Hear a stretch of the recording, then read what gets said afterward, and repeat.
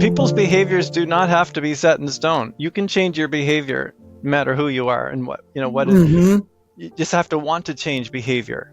And in the case of narcissism, there's such a huge lack of awareness. But if someone is able to wake up enough to be able to have the confidence and the support to be able to take in the new information and develop an awareness of their impact on others. Yes. Yeah, there is the potential for change. They have to practice, though. It's like a child learning empathy. It's like, imagine what it would feel like if you were Sally and you were sitting in that seat, and then someone came up behind you and yelled, "Boo!" What do you think you would have done if you were Sally? You might have turned around and hit them too, don't you think? You need to talk them into imagining they're in this other scenario, and they need to start learning to do that themselves.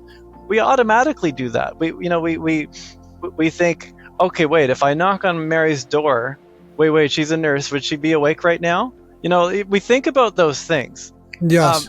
They do not. So they need to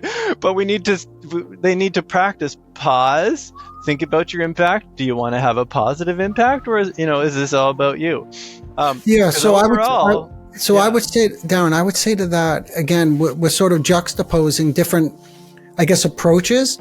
So from a psychodynamic perspective, there's this concept called mentalization, which is developing a capacity to think about one's own but other mental states.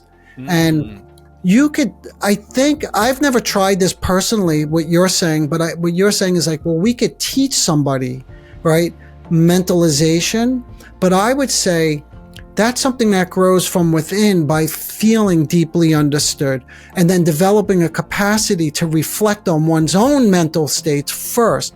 In other words, it's really hard to teach somebody to reflect on what somebody else how they would experience you knocking on the door, for instance, until they can reflect on their own. Because you said it a couple times.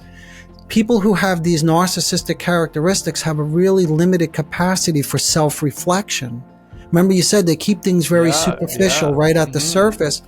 So in my work with them, typically where we start is through the act of what we call containment, which means it means many different things. And again, I won't go into it in detail, but one of the parts or aspects of containment is helping them develop a more reflective capacity.